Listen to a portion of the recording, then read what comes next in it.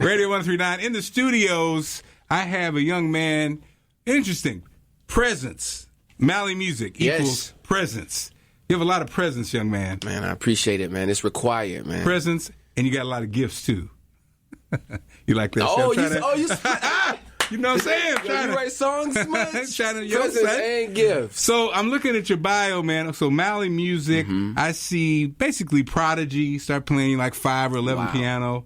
And I see Phoenix, Arizona, and gospel. I'm like, wow, Phoenix, Arizona, and church. I wasn't raised in Phoenix. I was born in Phoenix. My mom was in the military. There we go. So, no matter wherever they are. And that turned into me probably getting on a plane the day after I was born right. to my great-grandmother's house where I came up in the bottom of probably a chitlin pot. Right. Now, where? In Savannah, Georgia. There we go. And okay. Savannah, Georgia is the bottom of the foot of Georgia. You know what I'm saying? Yes. You got Atlanta, that's the top that get lotion. Yes, you were raised next to a hog mall. Man, ain't nothing but trees with more trees with snakes. But it's interesting, man, because that makes sense. Because you have this kind of, like I said, back to presence, very grounded, And I think it's like, my thing is, it's like confidence, because it's like, my first question was, how would you define yourself artistically? But when I saw your background, I said, so here's a guy who's, a virtuoso musically talented. And so then it kind of gave you the freedom to do your thing. That's my guess, That's exactly it. And I guess the most pivotal aspect is what will you do with it?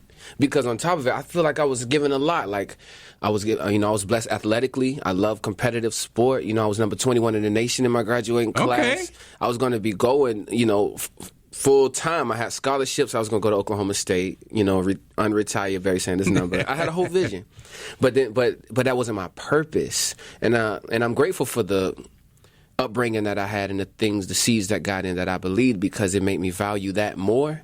Of course, so I would have won. I would have probably, people would have felt I was successful. They would have pat my mom and dad on the back, felt they did a good job.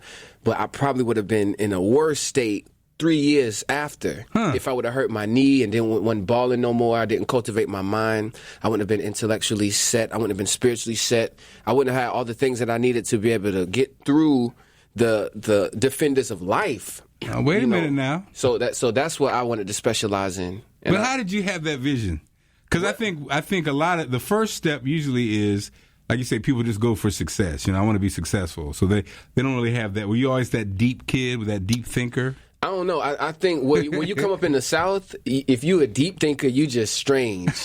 you either weird or nobody thinking about that. It's all about, if you're not hustling or hot pants, then you a mama's boy. So, but I was saved by music. Of course, that's gonna bring you in the chorus and all that stuff like that. But the poverty and the low level of where I was saved me from a lot of the high thinking. So I didn't even know to aspire to be an artist. I didn't know that was something that you could be.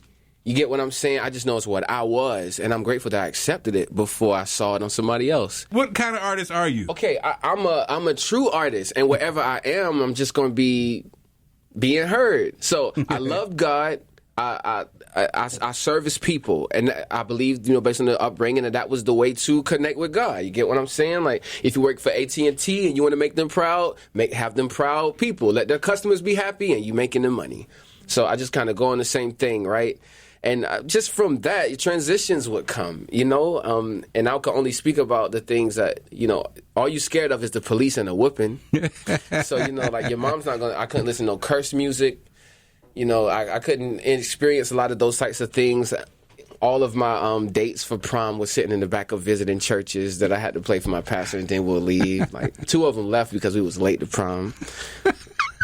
So your influences, was it like total gospel, or were you like sneaking? No, I ain't even had no gospel influences, man. Of course I was sneaking. I would lay on the radio, I'm listening to D'Angelo. Right. I'm laying on the radio in my room with a pillow on it, listening to Bilal.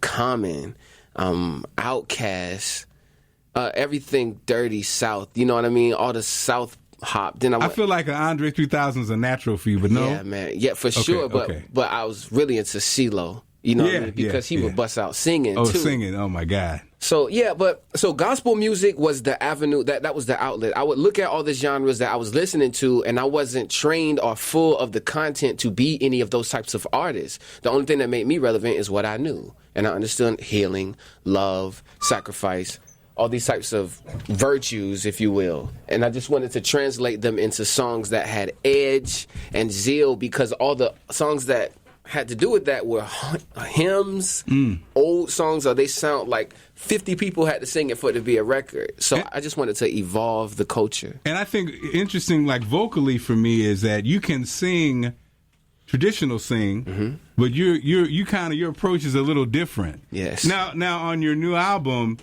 you do a lot of different things. Like you go from like the cut with Jasmine Sullivan. Yes. Now you're singing. Yes. And I love it because you're paired with another amazing singer. And so she kind of brings that, I don't say brings it out, but it makes you realize who that aspect of you is. Then as opposed to the banger My Life. Exactly. Now I'm feeling, I can hear the rap influence. I can feel inspiration. Exactly. I can feel but I can feel like, and also when I was looking at your videos on YouTube, I thought it was interesting. You have a nice mixture of fans, black and white, which that gospel box, it's like you're not really in a box. Exactly. You're kind of like, and I think people understand you, but seeing you in person, I get it. You just have an essence that's very like relatable. And I think I think the label sees that in you too. That's why they're putting some money behind the brother. That's what I'm saying. That's what I'm saying. When good things happen, it flows for sure. And I went to Tidal and I was looking at I like to go to Tidal to see what people are. Did you see the Sankofa project? I did not see the Sankofa project. There's a project on Tidal named 17 that Harry Belafonte released. And I got one of the tracks on there with Ezekiel Elliott, and it was just social consciousness. So it's like that has nothing to do with the gospel or nothing to do with whatever. But music is like almost my first language, more so than even English. You get what I'm saying? I just can express myself clearly and confidently there. And whatever I'm talking about, you gonna understand. So just like if I pray for my food, the point is we're going to eat, but if you get caught up in my prayer, you're going to think I'm a preacher. But I'm just a man at the table there to eat, that know how to pray. You get what I'm saying? So everybody that got caught up in gospel, they just got amazed that I have a relationship with God that is very accessible. I can activate him. You get what I'm saying? Just because I know him and the time I spend with him, that doesn't make me a gospel artist, but I will not disown my gospel roots. And more than 40% of my songs are exaltating songs, things that are vertical. But what a blessing that the industry, your company gets you. Because that's a big problem. Like an artist like you easily could be like, you know what I mean? Almost same thing with CeeLo in a sense. They got him. Well, it's hard to get, but it's a little easier to accept. And I think it's just one of them things that whoever the label, they just got to be involved. We want to be involved. Like, I didn't ask for any other opportunities. Everything just happened on a low level. I'm like, okay, if I could get these people to just mess with me, I'll be grateful. So we just ran the underground for all those years. I thought that was the industry. I was feeding them like that was the industry. So that turns into millions of people. So then that's how I popped out in the Music Matters showcase for BET. And that's how I trickled into the mainstream. Like, it was just an organic flow. So let's do this.